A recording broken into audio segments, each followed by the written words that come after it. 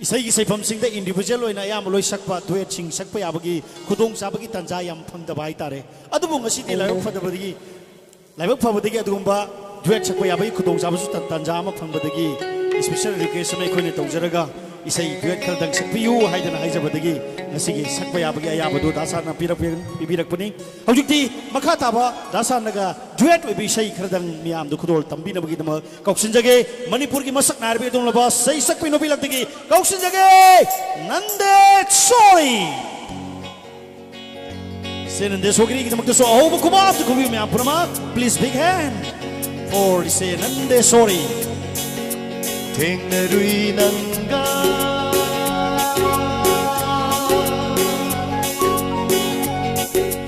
nungsigi say hauda Tengarui nanga nungsigi say hauda kanjaki thamoy sena punsigi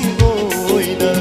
kanjaki thamoy sena punsigi oina Nangi ashada liplaba wakhalli Nangi ashada liplaba wakhalli Nanada subit yingaran challune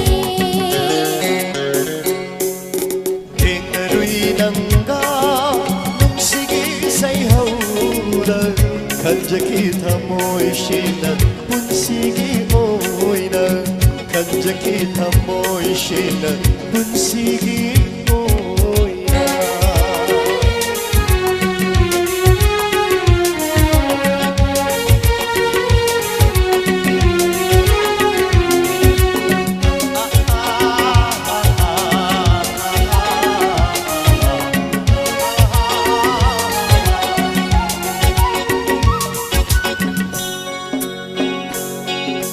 Nangi arepa pukche hongi ganu Lai jab khudi shina jarege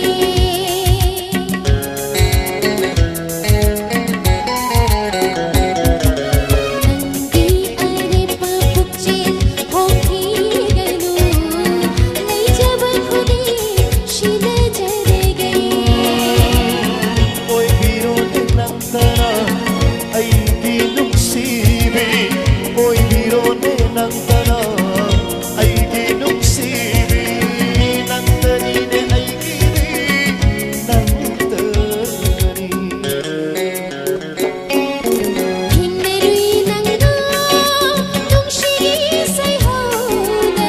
Thanjaki thamoy sena punshigi oina Thanjaki thamoy sena punshigi oina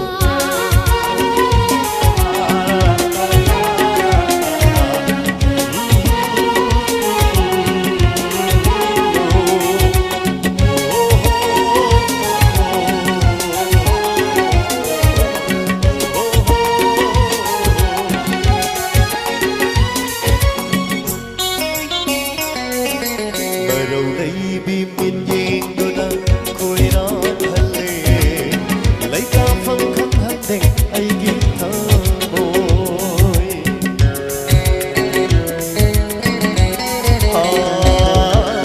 Marau leibi min yengduna